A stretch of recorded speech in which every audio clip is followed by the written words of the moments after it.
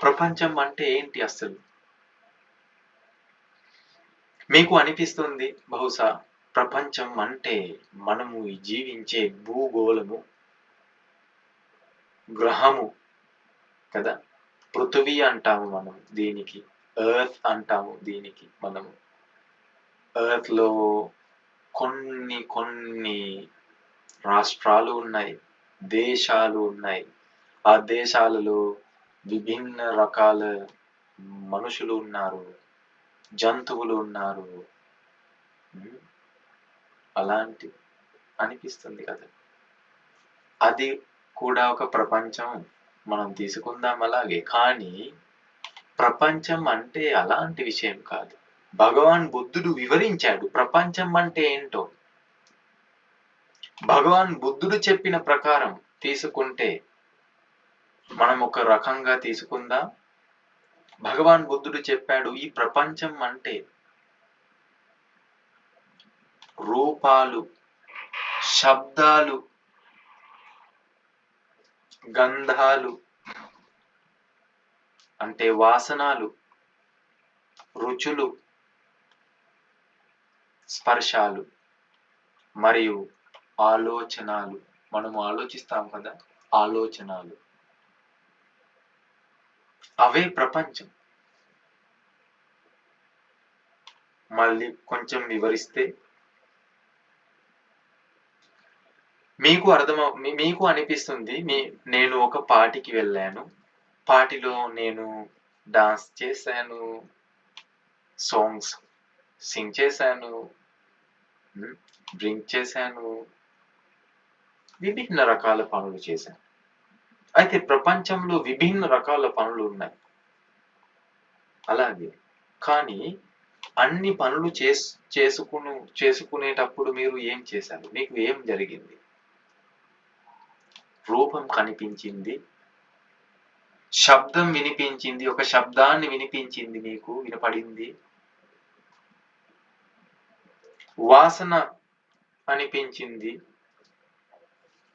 ఒక రుచి అనిపించింది, స్పర్శం అనిపించింది, ఏదైనా ఆలోచన వచ్చింది. వాటి తప్ప ఏం జరిగింది? వాటి తప్ప ఏమీ జరగలేదు. జీవించడం అంటే మీరు ఎలా చెప్తారు మీరు జీవిస్తున్నారని? ఇప్పుడు మీరు చెప్తారు మీరు జీవిస్తారని, మీకు ఇప్పుడు ఒక రూపాన్ని కనిపిస్తుంది, ఒక శబ్దం వినిపిస్తుంది, మీకు ఒక వాసన అనిపిస్తుంది, మీకు రుచి అనిపిస్తుంది, మీకు ఒక ఆలోచనతో మీరు ఉన్నారు, అందుకే మీరు చెప్తారు నేను ఇప్పుడు జీవిస్తానని. లేకపోతే రూపం రాదు, శబ్దం రాదు, రుచి రాదు, వాసన రాదు, స్పర్శం రాదు, ఆలోచన రాదు. అయితే మీరు చెప్పగలరా మీరు జీవిస్తారని? మీరు చెప్పలేరు. అంటే జీవించడం అంటే ఏంటి? జీవించడం అంటే రూపాన్ని కనిపించడం, శబ్దాన్ని వినిపించడం, వాసన చూడటం, రుచి చూడటం. చూడటం అంటే మనము చేసేది కాదు, మనకు అనిపిస్తుంది కదా. రుచి అనిపిస్తుంది, వాసన అనిపిస్తుంది, ఆలోచన వస్తుంది. అదే జీవితం. అయితే మీరు ఏ పని చేసినా ఈ 6 రకాల సంఘటనలు జరుగుతాయి, వాటి తప్ప ఏమీ జరగదు. నమ్ముతారా నా మాట? కొంచెం ఆలోచించండి. మీరు ఏ పని చేసినా ఇవే అవుతాయి, ఇవే జరుగుతాయి. ఇదే ప్రపంచం. ఈ ప్రపంచంలో మీరు దేని కోసం వెతుకుతారు? దేన్ని తీసుకోవడానికి ప్రయత్నిస్తారు? సంతోషం గురించి మీరు అనుకుంటున్నారు, సంతోషాన్ని కోరుకుంటున్నారు. అందుకే కొంచెం ఆలోచించండి. మీరు జీవించడం అని చెప్తారు, కానీ జీవించడం అంటే ఇదే. కొంతమంది వస్తారు, వాళ్ళకి తెలుగు రాదు, కేవలం హిందీ మాత్రమే వస్తుంది. వాళ్ళకి కూడా ఈ ధర్మం కావాలి. కానీ వాళ్ళకి ధర్మాన్ని నేర్పించడానికి ఇంకొక ప్రవచనం కావాలి. ఎందుకు అంటే ఇది తెలుగు ప్రవచనం. తెలుగు ప్రవచనంలో తెలుగులో మాట్లాడాలి. ఇంకొక ప్రవచనం ఉంది హిందీలో, దానికి జాయిన్ అవ్వచ్చు. ఎవరైనా ఉంటే తెలుగు రాదు కానీ హిందీ వస్తుంది, అలాంటి వ్యక్తులకు మనము హిందీనే ప్రవచనం చేస్తాం. అయితే మమ్మల్ని మన్నించండి, కానీ తెలుగులో మాట్లాడతాను ఈరోజు ఈ ప్రవచనంలో. హిందీ से नहीं बात करता हूँ, हिंदी से नहीं प्रवचन देता हूँ अब. అయితే కొంచెం ఆలోచించండి. ఏ పని చేసినా 6 రకాల సంఘటనలు మాత్రమే జరుగుతాయి. 6 రకాల సంఘటనలు ఏమిటి? రూపం కనిపించడం, శబ్దం వినిపించడం, వాసన, రుచి, స్పర్శం, ఆలోచన మాత్రమే. అయితే మీరు ఏ విషయం గురించి కోరుకుంటూ ఉన్నా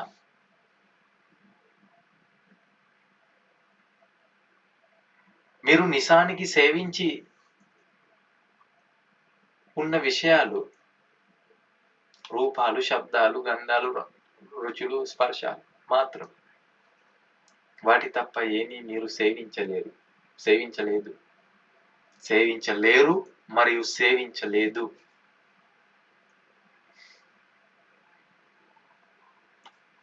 అయితే చెప్పండి, మీకు కావాలి కేక్, చాలా రుచికరమైనది, స్వీట్ గా ఉంది, తీపిగా ఉంది, అందుకే నాకు కేక్ కావాలి. నిజానికి కేక్ అంటే ఏంటి?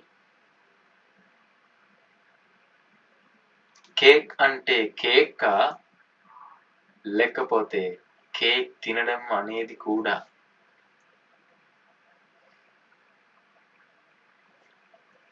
రూపాన్ని కనిపించడం, శబ్దం వినడం, వాసన రావడం, రుచి రావడం మరియు స్పర్శ రావడం, దాని గురించి ఆలోచించడం. అదే కేక్ తినడం, ప్రయాణం చేయడం, యాత్ర చేయడం, ఇక్కడి నుంచి అక్కడికి వెళ్ళడం, విదేశానికి వెళ్ళడం, అవన్నీ కేవలం ఈ అనుభూతులు మాత్రమే, ఈ అనుభవాలు మాత్రమే. సంతోషం ఎక్కడ? కానీ మీరు సంతోషం గురించి సంతోషాన్ని వెతుకుతారు. అసలు రూపాలు ఉంటే రూపాలు గురించి వెతుకుతారు. అది సరే, ఎందుకు అంటే రూపాలు ఉన్నాయి. శబ్దాలు వెతుకుతూ ఉంటే మీరు, అది సరే, మీరు పొందుతారు. ఎందుకు అంటే అస్సలు ఈ ప్రపంచంలో శబ్దాలు ఉన్నాయి కదా. రుచుల గురించి వెతుకుతూ ఉంటే, రుచులు కావాలంటే అది సరే, ఎందుకు అంటే రుచులు ఉన్నాయి, వాసనలు ఉన్నాయి, స్పర్శాలు తీసుకోగలరు, ఆలోచనలు వస్తాయి. సరే, కానీ నాకు చెప్పండి, సంతోషం ఎలా పొందగలరు? రూపాలు కావాలంటే రూపాలు ఉన్నాయి కదా, రూపాలు ఉన్నాయి, అందుకే చూడగలరు మీరు. సరే, శబ్దాలు కావాలంటే శబ్దాలు ఉన్నాయి, వినగలరు మీరు. అది సరే, కానీ సంతోషం ఎక్కడ? సంతోషాన్ని తీసుకోవడానికి మీ దగ్గర ఉన్న డివైస్ ఏంటి? రూపాలు కావాలంటే కళ్ళు ఉన్నాయి, కళ్ళు ద్వారా మీరు చూడగలరు. శబ్దాలు కావాలంటే చెవులు ఉన్నాయి, చెవులు ద్వారా మీరు తీసుకోగలరు, వినగలరు, వినపడుతుంది. అది సరే, అది నిజమే, అది ఓకే. కానీ కళ్ళు, చెవులు, నాలుక, ముక్కు, చర్మము అంటే శరీరము, మనస్సు అవి డివైసెస్ లాంటివి.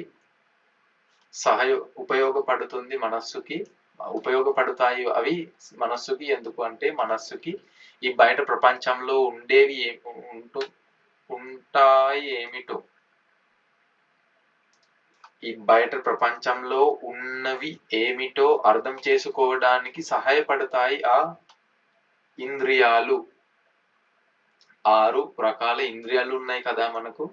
కళ్ళు అంటాము, చెవులు అంటాము, ముక్కు అంటాము, నాలుక అంటాము, చర్మం అంటాము. మనస్సు ఉంది. మనస్సుతో పాటు 6 రకాల ఇంద్రియాలు మనకు ఉన్నాయి. ఆ ఇంద్రియాలకు సరిపోయే సెన్స్ అయ్యే 6 రకాల ఉత్తేజనలు అంటే స్టిమ్యులేషన్స్ కూడా ఉన్నాయి. అది కూడా సరే. కానీ నాకు చెప్పండి, మీరు ఈ ప్రపంచంలో సంతోషాన్ని వెతుకుతూ ఉండేవాళ్ళు, అది కూడా సరే. కానీ నాకు చెప్పండి, ఇప్పుడు సంతోషం ఎక్కడ ఉంది? మరియు సంతోషం ఎక్కడైనా సరే ఉన్నా మీరు సంతోషం ఎలా పొందగలరు? ఎందుకు అంటే ప్రపంచంలో సంతోషం ఉంటే మనము ఊహించుకుందాం, ప్రపంచంలో సంతోషం అంటే ఆనందం ఉంది. ఆ ఉన్న ఆనందం ప్రపంచంలో మీరు ఊహించుకున్నట్టుగా ఉన్న ఆనందం మీరు ఎలా పొందగలరు? దాన్ని పొందడానికి, దాన్ని తీసుకోవడానికి, లోపలికి తీసుకోవడానికి మీతో పాటు ఒక ఇంద్రియం, సంతోషాన్ని తీసుకోవడానికి ఇంద్రియం ఉందా మీకు? కళ్ళు ఉన్నాయి, కానీ కళ్ళుకి సంతోషం రాదు. కళ్ళుకి రూపాలు వస్తాయి. కళ్ళు ద్వారా రూపాలు చూడగలరు మీరు. అది సరే, అది నిజమే. కానీ కళ్ళు ద్వారా సంతోషాన్ని తీసుకోలేరు మీరు. కళ్ళు అంటే సంతోషాన్ని తీసుకునే ఒక మార్గం కాదు. అయితే మీరు ఎలా సంతోషాన్ని తీసుకోగలరు? అందుకే చెప్తాను, సంతోషం అన్నది ఈ బయట ప్రపంచంలో ఉన్న విషయం కాదు. కానీ మీరు చెప్పవచ్చు, అయితే నేను సంతోషపడ్డారు, నా జీవితంలో నాకు చాలా అనుభవాలు ఉన్నాయి, అప్పుడు నేను సంతోషపడ్డారు, ఇప్పుడు నేను సంతోషపడ్డారు, అక్కడ ఉన్నప్పుడు నేను సంతోషంగా జీవించాను, నేను పెళ్లి అయిన రోజులో, పెళ్లి చేసుకున్న రోజులో నేను కళ్యాణంలో నేను చాలా సంతోషపడ్డాను, సినిమా చూడగానే నాకు సంతోషం కలిగింది. అలాగే మీరు చెప్పగలరు. అది కూడా సరే. కానీ వివరిస్తాను, కొంచెం ఆలోచించండి. మీకు అనుభవాలు కూడా ఉన్నాయి, మీరు సంతోషపడ్డారని. అది కూడా సరే, కానీ కొంచెం ఆలోచించండి. ఆ సంతోషం వచ్చే ఒక విధి ఉంది, ఒక మార్గం ఉంది, పద్ధతి ఉంది. ఆ పద్ధతి ద్వారా అంటే ఆ క్రమం ద్వారా సంతోషం వచ్చింది మనకు. నేను వివరిస్తాను, సులువుగా వివరిస్తాను, కానీ అర్థం చేసుకోవడానికి ప్రయత్నించండి. వచ్చే వారంలో కూడా మనము మళ్ళీ వివరించుకుందాం. వీలైనంత వరకు నేను భవిష్యత్తులో మనము ఈ ప్రవచనం చేసుకుందాం. మీరు వీలైనంత వరకు దీనికి పాల్గొనడానికి ప్రయత్నించండి. ఇదే సంతోషం వచ్చే మార్గం ఏంటి? సంతోషం వచ్చే మార్గం. నేను ఒక ప్రశ్న అడుగుతాను, మీరు నన్ను అడుగుతారు, బంతేజీ నేను ఎలా సంతోషపడగలను, ఎలా సంతోషం చెందగలను, పొందగలను? నేను చెప్తాను, సులువుగా ఒక మార్గం ఉంది. హాస్యంగా నేను చెప్తాను మీకు. సులువుగా సంతోషాన్ని తీసుకోవడానికి ఒక తేలికైన మార్గం ఉంది. ఆ మార్గం ఏంటంటే మీ చేతను తీసుకొని, అంటే మీ చెయ్యి ఎత్తుకొని ఉండండి. హ్యాండ్స్ అప్ చేసి ఉండండి అని నేను చెప్తాను మీకు. ఇప్పుడు చేయకండి, నేను చెప్తాను ఉదాహరణంగా. నేను మీకు చెప్తాను, ఎందుకంటే మీరు అడిగారు, నన్ను అడిగారు సంతోషంగా ఉండటానికి మార్గాన్ని చెప్పండి అని. నేను ఇప్పుడు చెప్తాను హాస్యంగా. చేత ఉంది కదా, చేతులు ఉన్నాయి కదా మీకు. ఒక చేత తీసుకొని ఎత్తుకొని ఉండండి. చేతను ఎత్తుకొని ఉండండి. చేత ఎత్తుకొని ఉండండి. ఇప్పుడు మీరు నన్ను నమ్మి, అలాగే బంతేజీ గారు నేను అలాగే చేస్తాను, అలాగే అనుకొని, అలాగే చెప్పి మీరు ఏం చేస్తారు? చేతను ఎత్తుకొని ఉంటారు. ఉన్నప్పుడు చాలా బాధ అనిపిస్తుంది. శారీరకమైన బాధ. చేతిలో బాధ అనిపిస్తుంది కదా, వేదన అనిపిస్తుంది కదా మీకు. చాలా కష్టం, ఇప్పుడు ఇలాగే తీసుకోవడం చాలా కష్టం. బంతేజీ గారు సహాయం ఇవ్వండి, నాకు సంతోషం కావాలి, నాకు ఈ వేదన అవసరం లేదు మీరు చెప్తారు. అప్పుడు నేను చెప్తాను, అయ్యయ్యో సంతోషం కావాలా? అయితే మీ చేత క్రిందకి పెట్టండి, క్రిందకి వేయండి. ఇప్పుడు మీరు చాలా సమయం నుంచి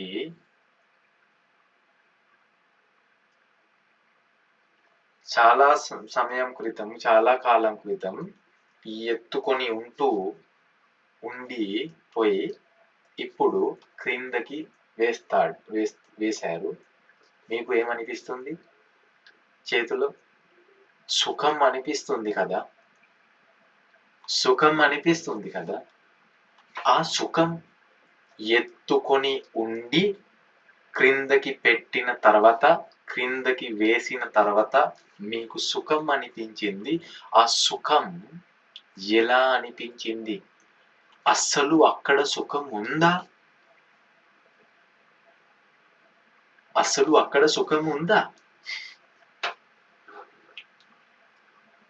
ఉండలేదు. ముందుగా మీరు బాధపడ్డారు, శారీరకమైన బాధపడ్డారు. మీరు ఎత్తుకొని ఉన్నప్పుడు బాధగా ఉన్నారు. మీరు బాధగా ఉండిపోయి చివరికి క్రిందకి వేసిన తర్వాత, క్రిందకి పెట్టిన తర్వాత సుఖంగా అనిపించింది.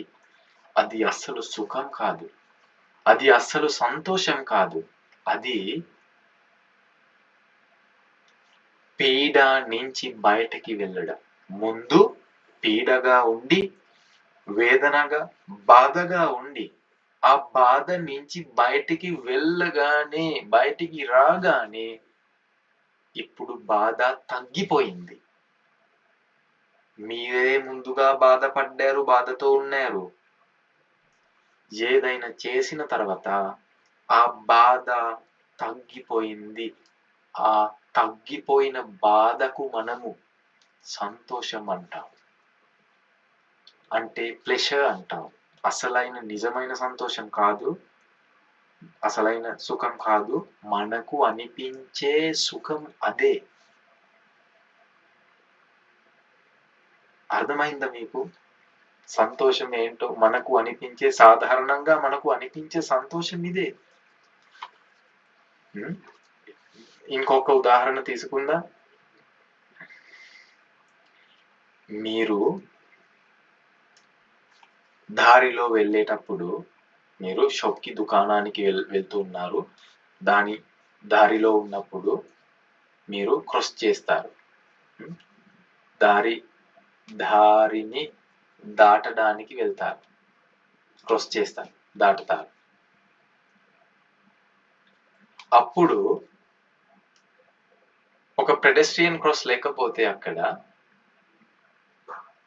మీరు ఉన్నట్టుగా క్రాస్ చేశారు. పోలీస్ వాడు వచ్చి మీరు పట్టుకున్నారు. ఇప్పుడు మీకు చాలా భయం. ఎందుకు అంటే నేను ఒక తప్పు చేశాను. ఇప్పుడు ఏ శిక్ష లభిస్తుందో మీకు భయం, అనుమానం ఉంది కదా. ఇప్పుడు ఆ పోలీస్ వాడు మిమ్మల్ని పట్టుకొని చెప్తాడు, నిన్ను అదుపులోకి తీసుకుంటాను. అలాగే చెప్తే మీకు భయం వస్తుంది కదా. భయం వస్తుంది, చాలా భయపడతారు మీరు. అలాగే చేయకండి సార్, నేను మళ్ళీ అలాగే చేయను సార్, తప్పకుండా చేయను సార్, మళ్ళీ నాకు వెళ్ళనివ్వండి సార్, దయచేసి వెళ్ళనివ్వండి సార్, నేను అహింసకుడు సార్. అలాగే మీరు చెప్తారు, ఎందుకంటే చాలా భయంతో పీడత. అప్పుడు ఆ పోలీస్ వాడు ఏం చేస్తాడంటే, ఆ పోలీస్ వాడు చెప్తాడు, సరే బాధపడ్డారు కదా, భయపడ్డారు కదా, వెళ్ళనిస్తాను, కానీ 5,000 కావాలి, 5,000 రూపీస్ కావాలి, ఇస్తే వెళ్ళనిస్తాను. మీరు చాలా సంతోషపడి, లేకపోతే అదుపులోకి వెళ్ళాలి, అందుకే 5,000 రూపీస్ ఇచ్చి వెళ్తారు. సంతోషపడుతూ వెళ్తారు. ఇంటికి వెళ్ళిన తర్వాత కూడా మీరు మీ భర్తతో కూడా చెప్తారేమో, ఇక్కడ ఇవాళ ఒక విషయం జరిగింది,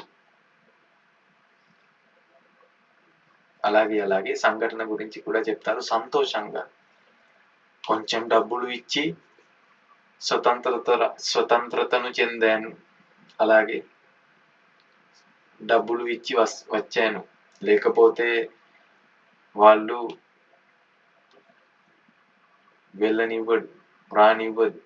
రానివ్వరు. అలాగే చెప్తూ సంతోషంగా మీరు చెప్తారు. కానీ కొంచెం ఆలోచించండి, ఇప్పుడు కొంచెం సంతోషం వచ్చింది మనస్సుకి. అదుపులోకి పెట్టుకోవడం అంటే చాలా కష్టమైన విషయమని మీకు, చాలా చాలా ఘోరమైన విషయమని మీకు తెలుసు. అలాంటి సందర్భం వల్ల మీరు భయపడ్డారు ముందుగా. కానీ 5,000 రూపీస్ ఇవ్వండి, వెళ్ళనిస్తాను అని చెప్పిన తర్వాత మీకు చాలా సంతోషంగా అనిపించింది. ఎందుకు అంటే అదుపులోకి తీసుకోవడం అవ్వదు, సంతోషపడ్డారు. కానీ మీరు అలసిపోయి, చాలా బాధపడి సంపాదించిన డబ్బులు ఇవ్వవలసి వచ్చింది. మీరు ఇచ్చారు డబ్బులు. సంతోషంగా అనిపించిన నిజానికి అది సంతోషం కాదు. అయితే కొంచెం ఆలోచించండి, మనకు అనిపించే సంతోషం, సాధారణమైన సంతోషం ఇలాంటిది. అది అసలు సంతోషం కాదు. ముందుగా మనమే బాధపడాలి, బాధతో ఉండాలి. బాధతో ఉండి ఆ బాధ నుంచి కొంచెం బయటికి వెళ్ళగానే అదే బాధ కొంచెం తగ్గిపోతుంది. బాధ తగ్గిపోవడమే మనకు అనిపిస్తుంది సంతోషంగా. అయితే అసలు ఈ ప్రపంచంలో సంతోషం ఎక్కడ? మీరు అభ్యసించండి, ఈ వారంలో మీరు అభ్యసించండి. కొంచెం సంతోషం మీ మనస్సుకి వచ్చాక, అంటే వచ్చిన తర్వాత కొంచెం ఆలోచించండి, ఎలా నా మనస్సుకి సంతోషం వచ్చింది అని. మీకు అర్థమవుతుంది, సంతోషం వచ్చే ముందు మీ మనస్సు బాధతో ఉండేది అని అర్థమవుతుంది.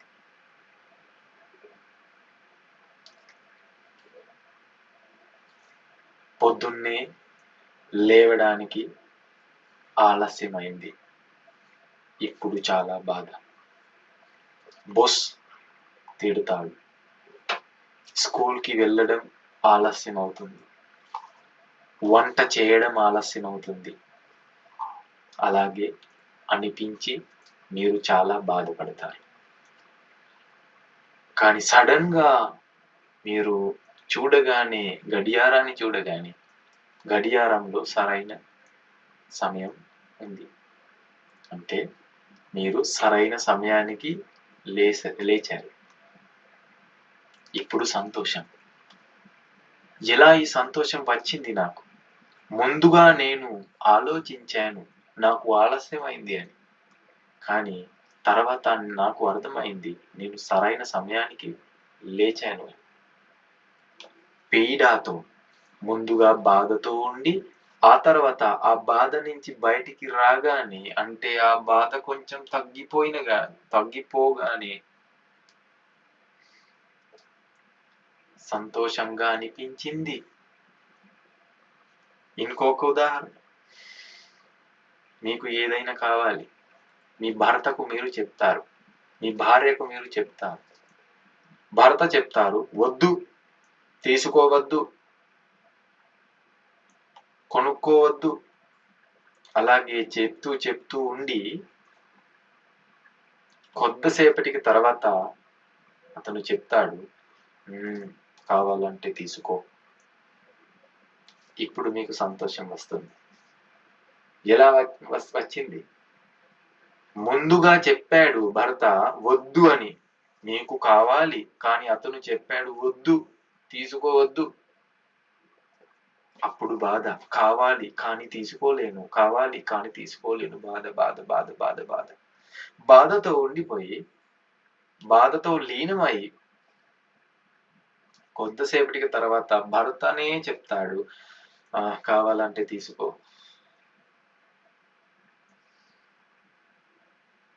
కావాల్సిన విధంగా చేసుకో, ఇష్టం ప్రకారం చేసు. ఇప్పుడు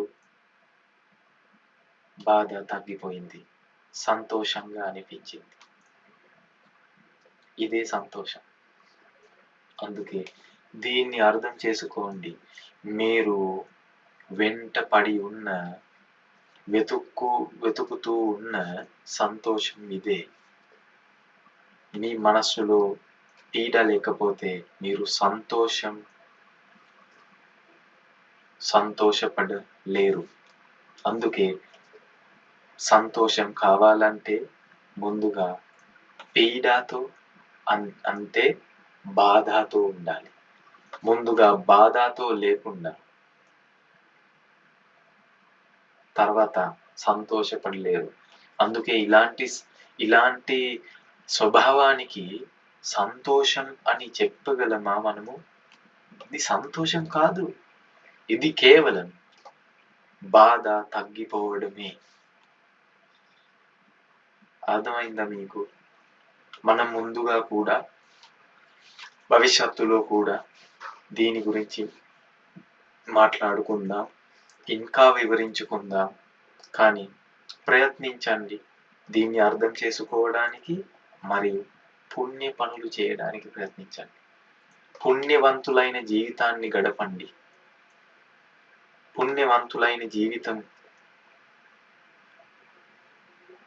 జీవించండి. ఇతరులకు సహాయం చేయండి, దాన ధర్మాలు చేయండి. ఒక రోజుకి ఒకే పుణ్యకర్మం, కనీసం ఒకే పుణ్యం చేయండి. పుణ్యం ఉంటే మీకు ఈ ధర్మం అర్థం చేసుకోగలరు మీరు. పుణ్యం లేకపోతే ఎంత విన్నా అర్థం రాదు